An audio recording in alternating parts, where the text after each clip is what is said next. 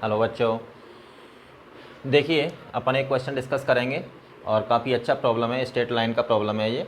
Late O A B the vertices of triangle O A B, ठीक है ना। And let R be the region consisting of all those points P inside the triangle O A B which satisfy distance of P from O A less than और equals to minimum of distance of P from O B, distance of P from A B, ठीक है ना। Where this ये जो मैंने अभी आपको बोला है ये उसी चीज़ को रिप्रेजेंट करते हैं, ठीक है। From the sides this respectively if area of region R is 9 times of A minus root B where A and B are coprime numbers, ठीक है, then find the value of A plus B. Getting it? तो ज़रा देखते हैं इस question में क्या है। तो मैं इसका जो बेस्ट अप्रोच है वही मैं यहाँ पे इसको जो एक्सप्लेन करूँगा उस अप्रोच से, ठीक है ना। एक अप्रोच और भी है लेकिन काफ़ी लेंथी है, और जो आईआईटी जो चाहता है वो एक शॉर्ट अप्रोच को ही प्रेफर करता है, ठीक है ना, जिससे कि आप कम टाइम में पूरा क्वेश्चन सॉल्व करके आ पाओ, ठीक है ना। तो देखिए एरिया, तो सबसे पहले तो अपन क्या करते हैं, जैसे हमने एक ट्राइंगल बनाया, ट्राइंगल ओ ए बी, ठीक है, ये आपका एक्स एक्सिस हो गया, ये आपका वाई एक्सिस हो गया। Getting it? चलिए ये यहाँ पे देखिए थोड़ा सा इसको अपन ऐसे ले लेते हैं, यहाँ पे इस साइड को, दिस वर्टेक्स ओ ये ओरिजिन हो गया, और ए पॉइंट है आपका 6,0 और बी पॉइंट क्या है आपका 3,√3। क्लियर? तो ये ट्राइंगल ओ ए बी हो गया। अब आप देख रहे हैं यहाँ पे O B equals to A B equals to कितना आ जाएगा, यहाँ पे जो डिस्टेंस निकल के आएगा 9 + 3 इक्वल्स टू 12, तो ये हो जाएगा आपका 2√3 यूनिट्स, ठीक है ना। तो यहाँ पे ये दोनों साइड लेंथ इक्वल आ रही हैं, इसका मतलब ये ट्राइंगल होगा हमारा कैसा हो जाएगा, आइसोसेलेस ट्राइंगल, ठीक है। चलिए आइसोसेलेस ट्राइंगल है तो अपन देखिए, तो यहाँ पर जैसे ये बेस एंगल है, ये दोनों बेस एंगल्स क्या होंगे, यहाँ पे सेम होंगे। अगर ये थीटा है तो ये भी थीटा होगा। क्लियर? अब क्या कह रहा है यहाँ पे, चलो इतना इन्फॉर्मेशन हमने यहाँ पे नोट किया है इसमें।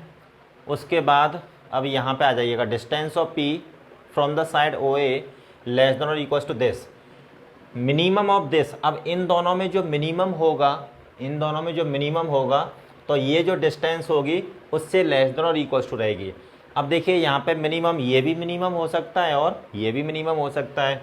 तो देखिए केस फर्स्ट, अपन केस फर्स्ट लेते हैं, let distance of P, point P from O B, है ना, less than distance of point P from A B. मान लो ये डिस्टेंस इस डिस्टेंस से छोटा है, तो इन दोनों का मिनिमम क्या हुआ, distance of P from O B minimum हो जाएगा, ठीक है ना। तो उस केस में देन तो क्या हो जाएगा, distance of P from O A less than और equals to distance of P from O B, ठीक है। तो पी पॉइंट, जो पी पॉइंट है आपका, जो पी पॉइंट है इसका डिस्टेंस साइड ओ ए से, ठीक है, मान लो ये कोई पॉइंट पी है आपका, तो साइड ओ ए से डिस्टेंस और साइड ओ बी से डिस्टेंस, ठीक है ना। तो जैसे मान लो ये पॉइंट है पी, है ना, और ये, तो ये यहाँ पे जो डिस्टेंस होगा ये ओ ए से डिस्टेंस हो जाएगा ये वाला पी, ठीक है, एल और एम मान लेता हूँ मैं इसको थोड़ी देर के लिए। तो पी पॉइंट का जो डिस्टेंस है ओ ए से लेस देन और इक्वल्स टू दिस, ठीक है। तो देखिए अब इसमें क्या करेंगे अपन, यहाँ पे हटाइए इसको, तो यहाँ पे इसका मतलब क्या होगा, यहाँ पे इसका मतलब ये होगा, तो दो पॉसिबिलिटी है यहाँ पे। तो एक तो ये पॉसिबिलिटी है, यहाँ पे देखिएगा दो पॉसिबिलिटी हैं, कि एक तो ये हो जाए कि distance of P from O A equals to distance of point P from O B हो जाए, ठीक है ना, और distance of point P from O A is less than distance of point P from O B, ठीक है। तो ये दो पॉसिबिलिटी आ गई ना आपकी। इस पॉसिबिलिटी का मतलब क्या होगा कि जो डिस्टेंस, जो पॉइंट पी की डिस्टेंस है ओ ए एंड ओ बी दोनों से इक्वल है।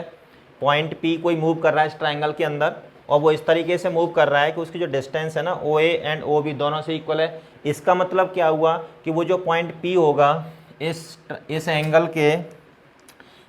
के बाइसेक्टर पे मूव करेगा, ठीक है। ये वाला एंगल जो होगा थीटा, इसका बाइसेक्टर मतलब angle angle A O B के बाइसेक्टर मूव करेगा। अच्छा, अगर हम ये पॉसिबिलिटी और ये भी पॉसिबिलिटी है एक, इस केस का इसका मतलब क्या हो जाएगा कि जो पॉइंट P है इस बाइसेक्टर के नीचे वाले रीजन में रहेगा, बाइसेक्टर के नीचे रहेगा।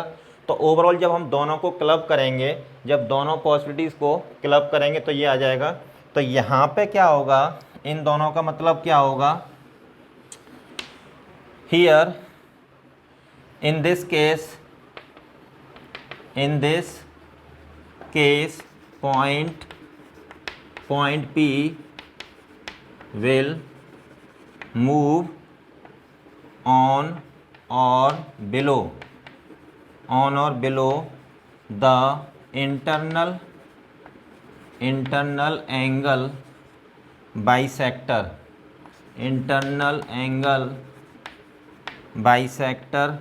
of angle A O B, ठीक है ना।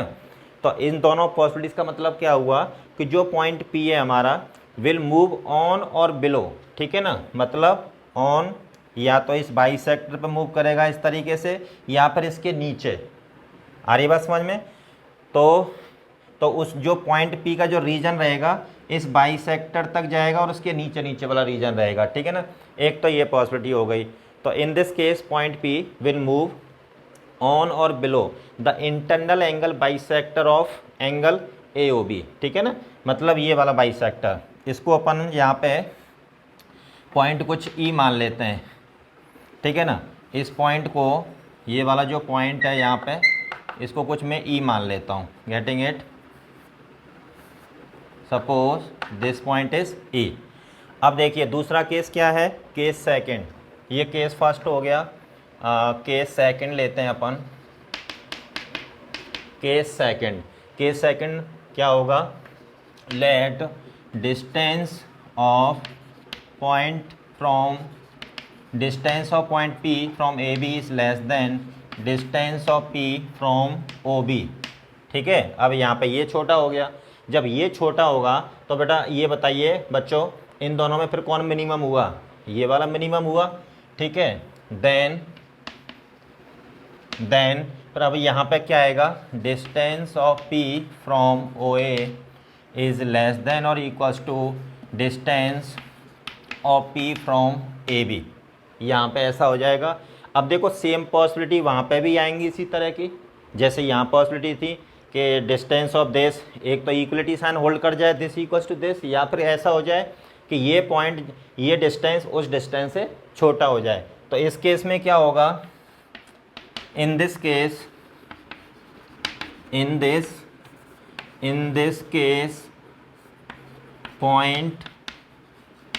Point P will move on or below the internal angle bisector of angle OAB of angle OAB, ठीक है ना। ये यहाँ पे इसका internal bisector of angle OAB, इसका बाइसेक्टर। तो चलिए देखें, जैसे मान लो हमने इसका बाइसेक्टर ड्रॉ किया तो ये इसका बाइसेक्टर हो गया, ठीक है ना। ये E पॉइंट है जिसको मैं कुछ F मान लेता हूँ। तो सेकंड केस क्या कह रहा है कि जो बाइसेक्टर है हमारा, वो जो पॉइंट P है, तो देखिए इस वाले बाइसेक्टर पे, या तो इस बाइसेक्टर पे या फिर इस बाइसेक्टर के नीचे। मतलब देखिए इस तरीके से ये बाइसेक्टर हो गया, तो या तो वो इस बाइसेक्टर मूव करेगा या फिर इसके नीचे मूव करेगा। लेकिन साथ ही साथ आप एक चीज़ ध्यान रखेंगे कि ये दोनों पॉसिबिलिटी साथ साथ सेटिस्फाई होंगी, ठीक है ना। अगर वो पॉइंट यहाँ पे आ जाएगा तो वो इस वाले बाइसेक्टर से ऊपर निकल जाएगा। अगर इस केस में अगर हम बात करें, जो पिंक वाला मैंने ड्रॉ किया है, ये OE बाइसेक्टर है इस एंगल का, अगर वो इस बाइसेक्टर पर, अगर वो पॉइंट यहाँ पे जाएगा इस जगह पे, मान लो अगर P पॉइंट आपने यहाँ लिया तो फिर वो इसके ऊपर चला जाएगा, ठीक है ना। तो पी पॉइंट को वैसे मूव करना पड़ेगा कि वो इस बाइसेक्टर के भी नीचे नीचे रहे और इस बाइसेक्टर या उसके नीचे, ठीक है ना, इस वाले बाइसेक्टर तक जाए ऊपर, ठीक है ना, या फिर उसके नीचे, इसमें इस वाले बाइसेक्टर पे या फिर उसके नीचे। तो ओवरऑल हम देखें तो जो हमारा रिक्वायर्ड रीजन आएगा बेसिकली वो कौन सा आ जाएगा, जो दोनों को सेटिस्फाई करे, तो ये हमारा रिक्वायर्ड रीजन आ जाएगा। तो इस वाले रीजन में पॉइंट आपका पी पॉइंट जो है इस वाले रीजन में मूव करेगा, ठीक है ना, इस वाले रीजन में। तो ये हमारा जो है ये रिक्वायर्ड रीजन आर, ये हमारा रिक्वायर्ड रीजन आर हो जाएगा। Getting it. तो अब हमें क्या करना है, इस रीजन का एरिया फाइंड करना है, ठीक है। अब अपन क्या करते हैं, यहाँ से इसको थोड़ा मैं इसको इरेज कर देता हूँ, इसको आप लोग नोट कर लीजिएगा। इस वाले पार्ट केस फर्स्ट को मैं यहाँ से इरेज कर रहा हूँ।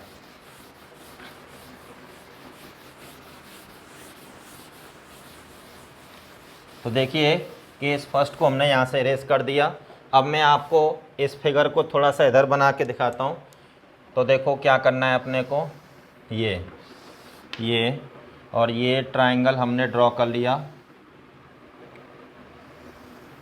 ठीक है। और यहाँ पे एक ये बाइसेक्टर ड्रॉ किया, ये पॉइंट बी है और इसका 3,√3, ये पॉइंट ए है, ये 6,0, this is x axis, this is origin and this is why axis.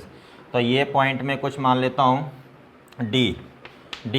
एक बाइसेक्टर मैंने इसका ड्रॉ किया इस वाले एंगल का, और एक बाइसेक्टर मैंने जो है इस वाले एंगल का ड्रॉ किया, दिस बाइसेक्टर, ठीक है।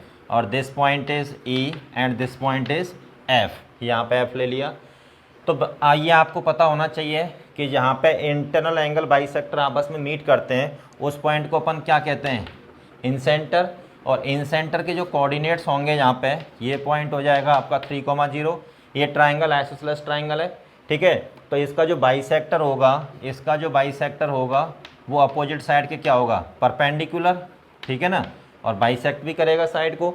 यहाँ पे इसके कोऑर्डिनेट्स अपन ले लेते हैं 3,y1, ठीक है ना, वाई एक्सिस के लॉन्ग 3,y1। तो बेसिकली हमें जो एरिया फाइंड करना है वो इस वाले रीजन का फाइंड करना है, ये वाला रीजन, ठीक है।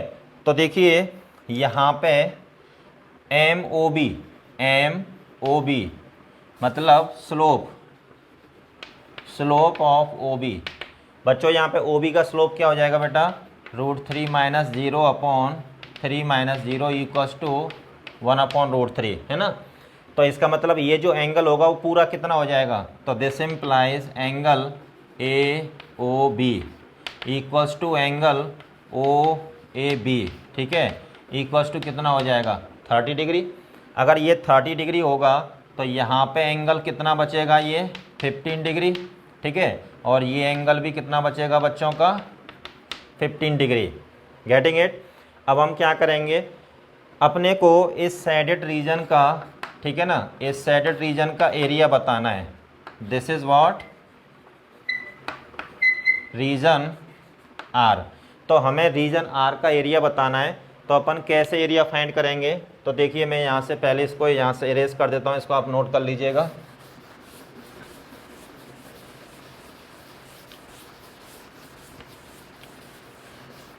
तो यहाँ पे देखिए एरिया, तो यहाँ पे पहले इसकी हाइट निकाल लेते हैं।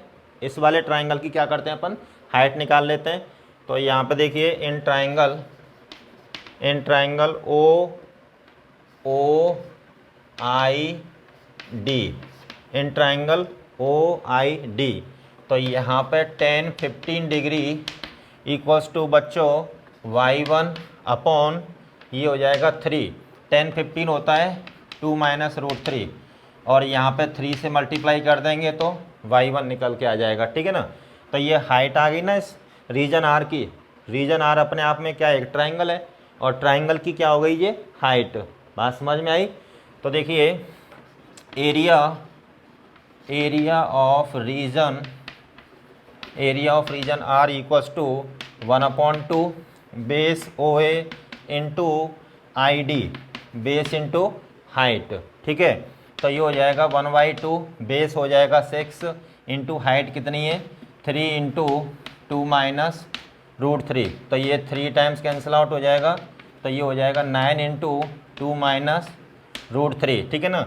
और ये एरिया कितना गिवन है आपके लिए 9 times of a minus √b। अब इसको अपन क्या करेंगे कंपेयर कर देंगे। अब आप देख रहे हैं कि 2 and 3 both are coprime numbers, ठीक है ना, और a और b भी क्या है यहाँ पे को प्राइम नंबर्स। तो दिस इम्प्लाइज a हो जाएगा बच्चों का 2 और b हो जाएगा यहाँ पे 3। तो this implies a plus B equals to 2 + 3 equals to 5, ठीक है। तो यही आपका आंसर है। तो देखो इस क्वेश्चन का ये बेस्ट अप्रोच है। एक अप्रोच दूसरा और भी है लेकिन वो लेंदी अप्रोच है, तो मैं रिकमेंड करूँगा कि आप इस अप्रोच के थ्रू जाएं यहाँ पे, ठीक है ना। तो इससे कि आपका क्वेश्चन कम से कम स्टेप में सॉल्व हो पाएगा, ठीक है। तो आप इसको नोट कर लीजिएगा, ठीक है। Thank you.